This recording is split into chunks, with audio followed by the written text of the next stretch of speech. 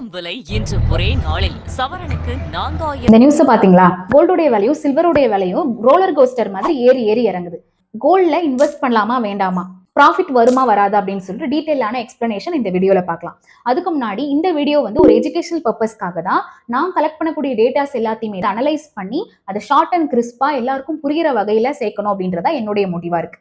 So இந்த video நீங்கள் ஃபுல்லாக வாட்ச் பண்ணீங்க அப்படின்னா கோல்டில் இன்வெஸ்ட் பண்ணலாமா வேணாமா அப்படின்ற ஒரு கிளாரிட்டி உங்களுக்கு வந்து கிடைக்கும். ஃபர்ஸ்ட், ஏன் வந்து சடனாக ஏறினே இருந்துச்சு கோல்டு, டக்குன்னு வந்து குறைஞ்சிருச்சு அப்படின்னு பார்த்தோம் அப்படின்னா அதுக்கு வந்து 3 ரீசன் இருக்கு. First reason, dollar is getting stronger. Dollar வந்து அதோடைய வேல்யூ ஸ்ட்ராங் ஆகிட்டே போயிட்டு இருக்கு. நான் ஃபர்ஸ்ட் வீடியோவில் சொல்லியிருப்பேன், அப்லோட் பண்ண வீடியோவில், எப்போல்லாம் டாலருடைய வேல்யூ அதிகமாக இருக்கும் அப்போல்லாம் வந்து கோல்டோடைய வேல்யூ கம்மியாகும். அதே தான் இங்கேயும் நடந்திருக்கு. இப்போ டாலருடைய வேல்யூ ஸ்ட்ராங் ஆனதுனால கம்மியாயிடுச்சு கோல்டோடைய வேல்யூ.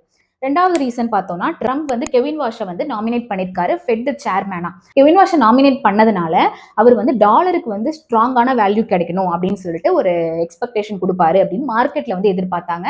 அது மாதிரி கொடுத்தோம் அப்படின்னா வந்து இன்ட்ரெஸ்ட் ரேட் வந்து அதிகமாகிடும். இன்ட்ரெஸ்டோட ரேட் அதிகமாச்சு அப்படின்னா கோல்டோடைய டிமாண்ட் வந்து கம்மியாகும், யாரும் வாங்க மாட்டாங்க. டிமாண்ட் கம்மியாச்சு அப்படின்னா கோல்டோடைய பிரைஸ் ஆட்டோமேட்டிக்கலி கம்மியாயிடும். தேர்ட் ரீசன் பார்த்தோம் அப்படின்னா, ப்ராஃபிட் புக்கிங் அப்படின்னு ஒன்று இருக்கு. இன்வெஸ்டர்ஸ் எல்லாமே எப்போ வந்து ஹைப்ல இருக்கோ கோல்டு அந்த டைம்ல வந்து வித்துறா நிறைய ப்ராஃபிட் அவங்களுக்கு கிடைக்கும்னு சொல்லிட்டு வித்துருவாங்க. அதே மாதிரி நிறைய பேர் வித்ததுனாலையும் வந்து வித்து வேற ஆசெட்டுக்கு ஷிஃப்ட் ஆயிட்டாங்க. இதுவுமே ஒரு ரீசனா இருந்திருக்கு கோல்டு குறையிறதுக்கு.